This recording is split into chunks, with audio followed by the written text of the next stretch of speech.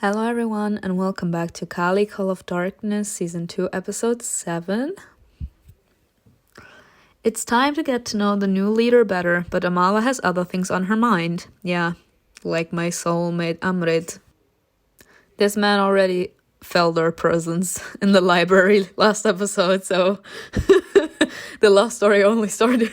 Let me stop. Episode 7, A New Beginning. A new beginning? I stood there looking at an unfamiliar landscape out of an unfamiliar window. It was a strange feeling, as if I was myself and someone else at the same time. Miss Pazu, it's time to come down. I responded to the unfamiliar name and spoke with an unexpected calm voice. I knew it. Don't call me that. I asked you already. There is no need for formalities. You can call me by my first name. But if the elders hear it, they'll rip my head off. Don't exaggerate, Miss Banerjee. They're not that vicious. I haven't been a Banerjee for a long time, miss. And you know they are not that vicious only with you. They are also kind and nice to the noble mistress. But with me, despite my good background, everything is different. I gathered in my hands the skirt of my expensive sari heading for the door. Everything felt exactly the same as back then in the forest during that ancient ritual. Are they really here? Yes, the master wants to discuss something with you and Madame Pazu. What?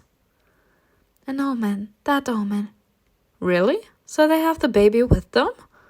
Yes, miss, so beautiful. It's like there are two suns in the world today. Then let's hurry. We need to sort everything out before the first booyah. If the master is in a good mood, maybe he will let me hold the baby. I left the room together with the young woman I didn't know. I opened my eyes in the familiar bedroom and immediately startled up. I'm back in my body. Bloody hell. I felt the same as in that forest where the primordial jhana had happened. All this must have happened in the past? Kindness of goddess. The dialogues and places are too realistic to be just a dream. Another question is, why do I see all this? Oh, respect, let's go! I washed my face, combed my hair, and made myself presentable. After everything that happened last night, nothing would surprise me anymore. Ratan is a deity. Not a full one, but he's not a human either. I feel lonely because I can't share this with anyone. I got tired of saris after the past few days, so I rummaged through my own clothes. That's funny. Oh, wow. I would actually wear this, but I'm gonna go with this one. Ooh, I love the henna tattoos. I'm just gonna call them henna tattoos. When I was ready, I went down to breakfast. I'm wondering if the others can see them. After a meal, Priyanka, Kiran, and I sat in the living room. My younger brother was talking about school, and I kept glancing at the clock. I had to go to the embassy, but I didn't want to part with Kiran. I heard a crash in the house last night. Did someone fall down? Me. Aryan and I heard it too. My younger brother looked at me questioningly. I'm innocent, I know nothing. Eventually he asked me, Mala, are you in a hurry? Yes, I need to go to work soon. You saw it for yourself. I have to sort things out with the new team leader. Will you introduce me to your colleagues? Let's do that another time, okay? Today's going to be a difficult day. Fine, if you're busy, I'll just wait for you here. Or I'll go for a walk. You do not go outside alone. I immediately shook my head at that. No, you shouldn't go anywhere alone. Not with all these deaths happening around. But what's the problem? This neighborhood seems nice. Exactly, it seems nice. It's not about this neighborhood. I'm worried about you. Don't go anywhere alone, please. I'm not a kid. I'm also... Sir, it has nothing to do with age. It has to do that there are things that we on our own can't protect us from. We have been threatened and almost killed multiple times by now. We know what we're talking about. Still, you promised to behave yourself, didn't you?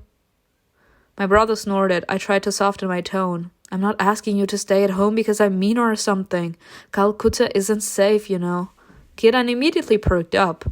That's what your job is about, right? Are you not investigating some kind of murder? A serial killer? Yes, and he eats teenagers for breakfast.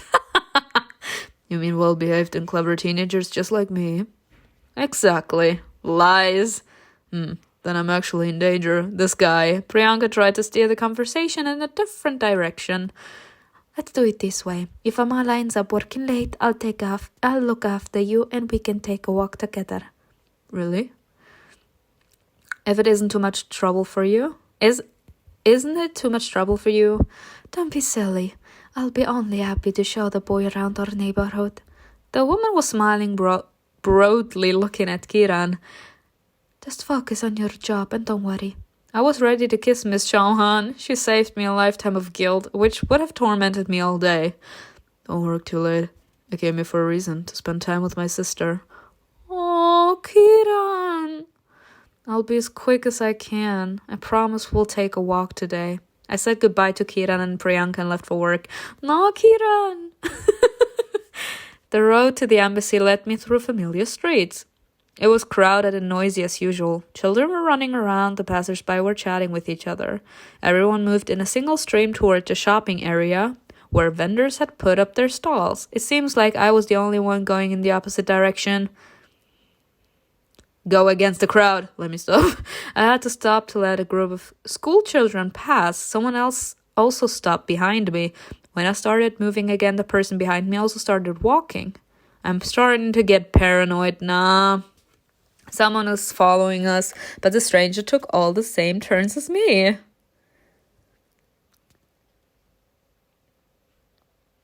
After a little while, I realized that they were following me for sure. It was obvious. There were only 2 people walking in the direction I needed. Myself and the person behind me. There were fewer and fewer people in the street, and we were moving away from the shopping area. What do you want, girl? Suddenly, I noticed several owls sitting on the rooftops and watching me curiously. Another bad omen.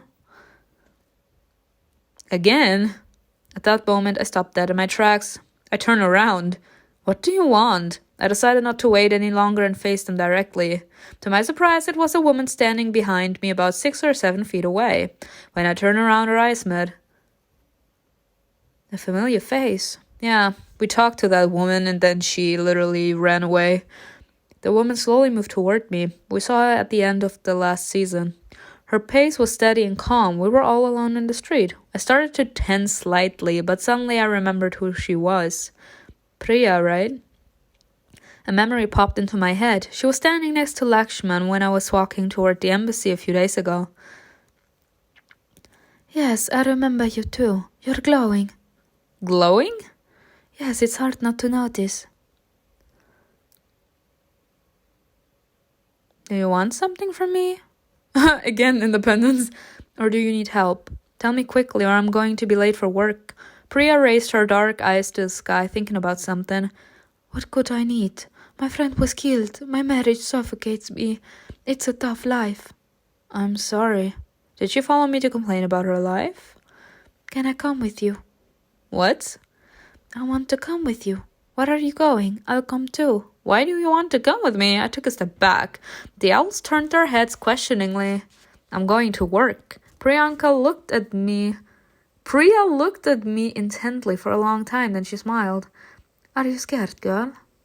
No, but why are you following me? I've nowhere to go. I want to follow you. Is she a ghost? You found your place, and I want to find mine too. Here, girl, in Calcutta. I turned around awkwardly. The embassy was not far away. I have the feeling that she is a ghost. Stay for a moment, leave. Leave.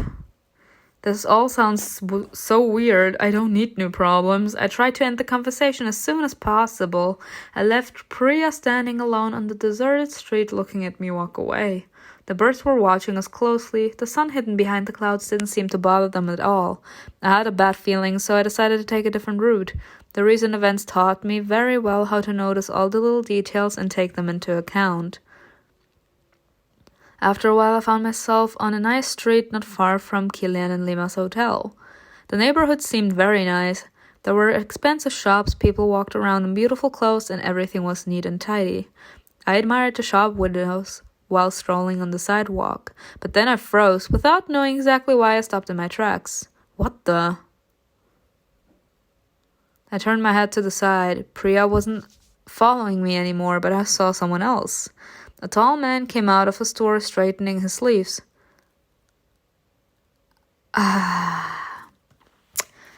My soulmate finally here, blessing me with his beauty and just his presence. He was followed by attendants carrying shopping bags. Now that's just, he's acting literally like a prince. Mr. Dubai? Amrit stopped too. Then he frowned puzzled and turned in my direction. Amala. Hello. He signaled his people to go ahead and load the purchases into his car. Into his car, they said. Mr. Dubai came closer and looked down at me. We seem to run into each other very often lately. Is that a coincidence? No, I seek your presence. I'm not stalking you if that's what you mean. That's funny. You look great for someone who's been trapped in the middle of nowhere for several days. Thank you. Mr. Dubai glanced at me appraisingly. Amrit finds you pretty, thank you.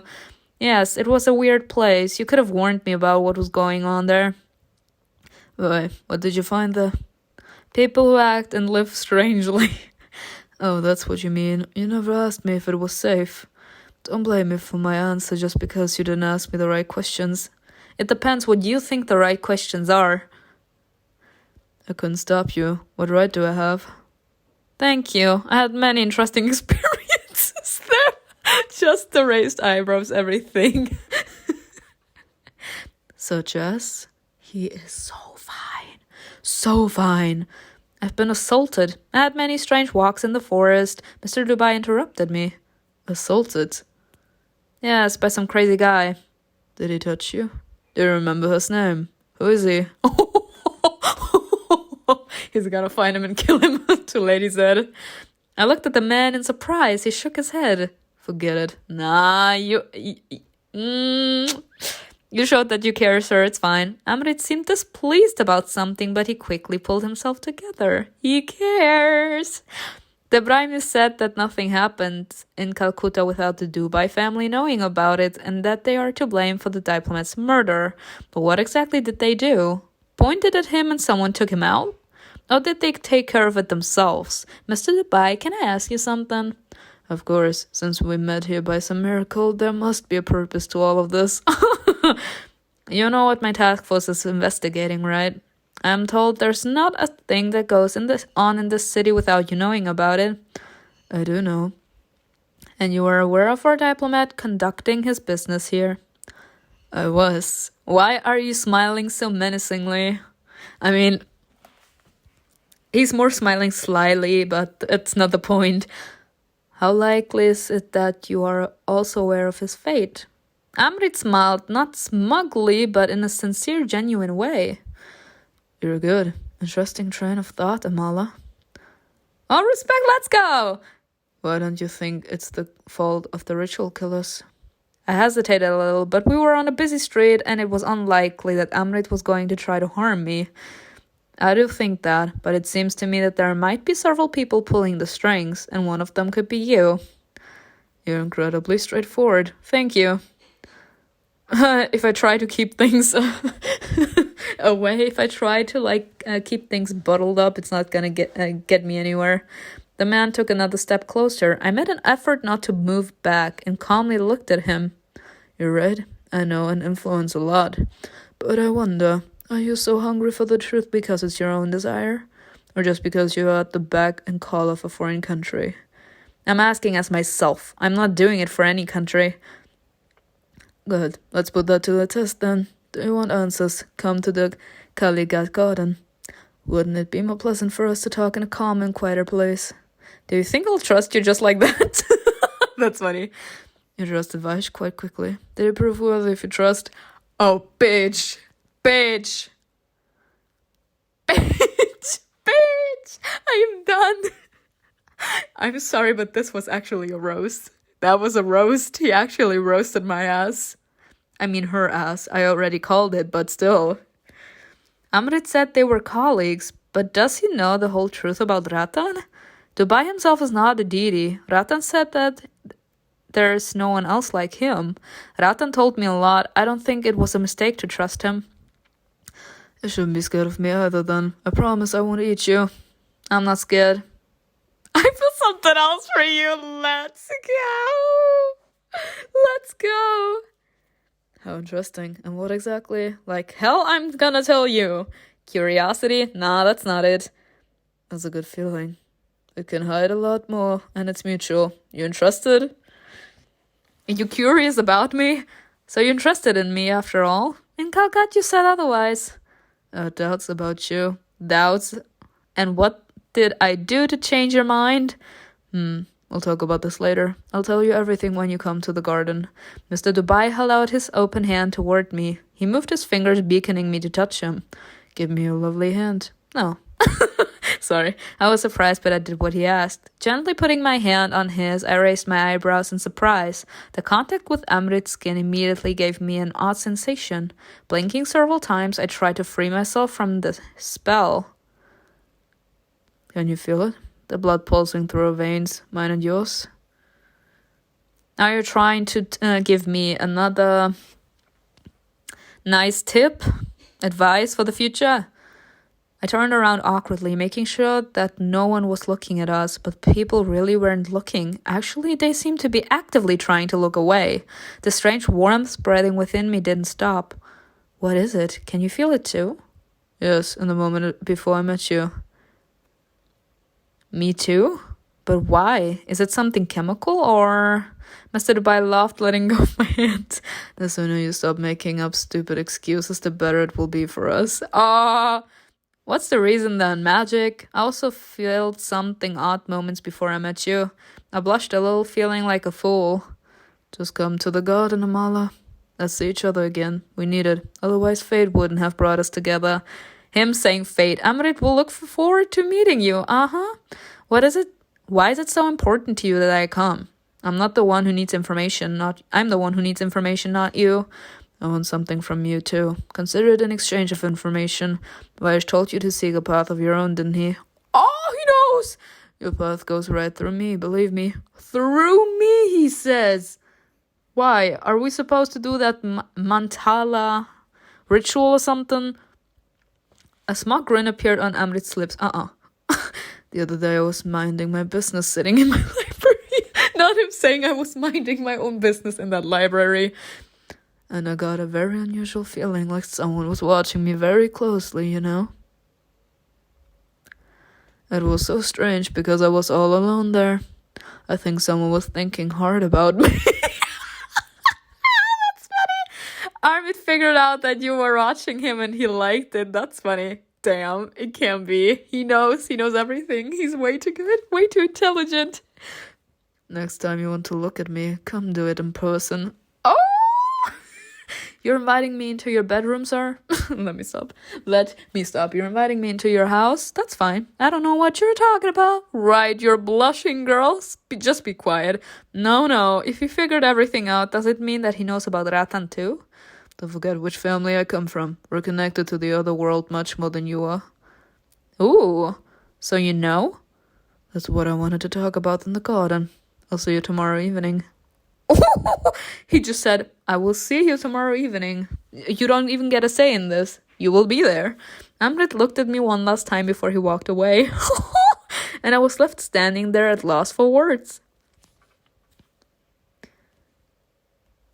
This man keeps on having this hold over me. This is not healthy for me. But I didn't really have time. I was running late, so I hurried into the embassy, mulling over my conversation with Mr. Dubai. When Lima, Killian, and I got to the embassy cafeteria, Gabriel Grant was already waiting for us.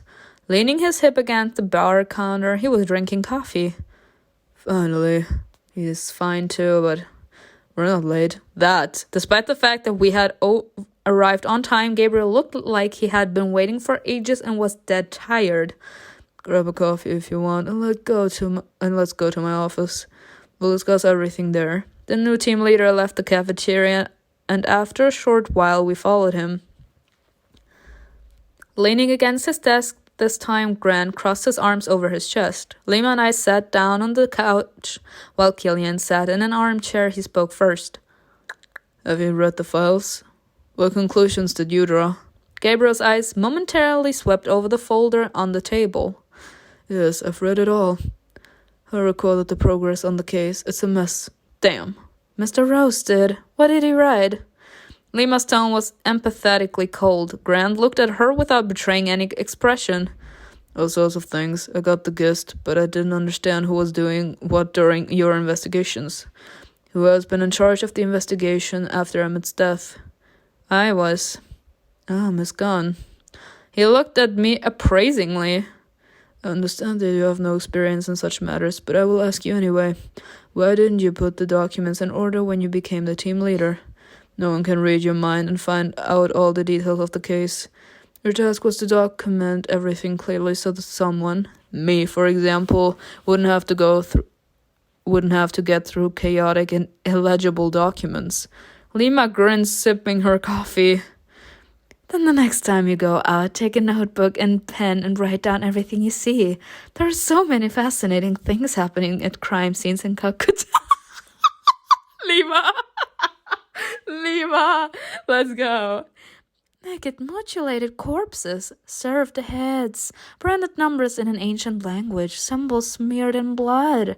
Just write it down all in detail so that everyone can figure it out properly later. Are you trying to be sarcastic? I won't like you. They're arguing. Maybe some feelings are still alive. Ooh. Let me stop. God, why don't you start throwing punches while you're at it?